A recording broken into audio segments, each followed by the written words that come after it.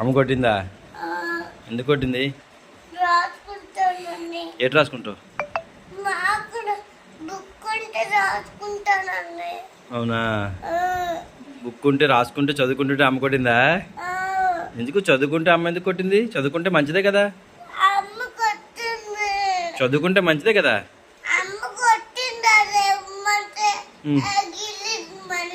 చదువుకుంటే ఏమవుతావు? అది నువ్వు చదువుకుంటే ఏమవుతావు? అమ్మనేం చేయాలి? అమ్మనేం చేయాలి డాడీ? కాదు అమ్మనేం చేయాలి చెప్పు. నేను